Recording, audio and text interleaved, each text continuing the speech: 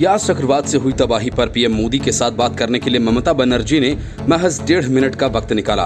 इन 1.5 मिनटों में ममता बनर्जी ने पीड़ित जनता के लिए क्या और कितनी बात की होगी, इसका अंदाजा सहज ही लगाया जा सकता है। 1.5 मिनट बैठक में बिताने के बाद ममता बनर्जी ने अपने तरीके से पूरे दलबल के साथ सियासत करना शुरू कर दिया। ममता का पहला सवाल ये कि शुवेंदु अधिकारी को क्यों बुलाया गया। इस बात का जवाब खुद शुवेंदु अधिकारी ने दिया, क्योंकि पीएम के साथ बैठक में नेता प्रतिपक्ष की उपस्थिति पर सवाल उठाकर ममता बनर्जी ने एक तरह से शुवेंदु अधिकारी का अपमान करने की कोशिश की। अधिकारी ने दो टूक कहा कि गैर विधायक सीएम एक चुने विधायक का अपमान नहीं कर सकती। शुवेंदु अधिकारी के इस बात का ममता बनर्जी के पास शायद कोई जवाब न हो, क्योंकि नंदीग्राम में ममता बनर्जी उन्हीं के हाथों चुनाव हार चुकी हैं। शुवेंदु अधिकारी यही नहीं रुके, उन्होंने ममता सरकार पर जमकर निशाना साधा। उन्होंने पीएम मोदी की रिव्यू मीटिंग में उनको बुलाए जाने पर भी जवाब दिया। शुवेंदु ने कहा कि राज्य में अत्याचार जारी है।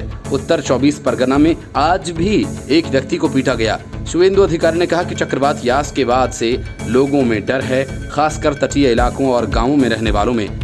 मत्स्य पालन और अन्य रोजगार प्रभावित हुए।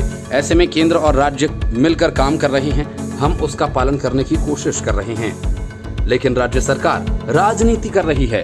उन्होंने कहा कि तूफान शांत होने के 48 घंटे बाद सीएम ममता दीघा और कलाईकुंडा गईं और पीएम के साथ समीक्षा बैठक का हिस्सा बनी।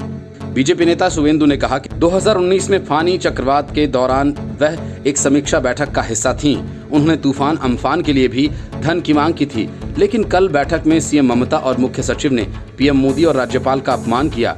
मेरे पास इसके लिए शब्द नहीं हैं।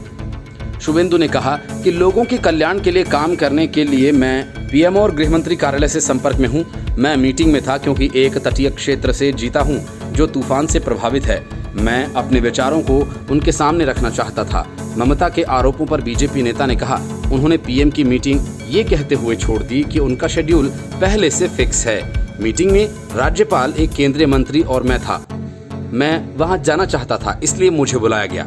लेकिन ममता ने कहा कि मुझे प्रतिपक्ष के नेता की मान्यता नहीं दी गई। लेकिन मैं बता दूं, 10 मई को दिलीप घोष ने मुझे नेता प्रतिपक्ष घोषित किया है। शुवेंदु ने ममता के उस बयान पर पलटवार किया जिसमें उन्होंने कहा कि पीएम से मीटिंग से पहले उनका हेलीकॉप्टर हवा में चक्कर लगा रहा था। शुवेंदु ने कहा कि मैं वहां था। दोपहर 2:05 पर हेलीकॉप्टर उतरना था और दोपहर 2:15 पर वह उतारा गया।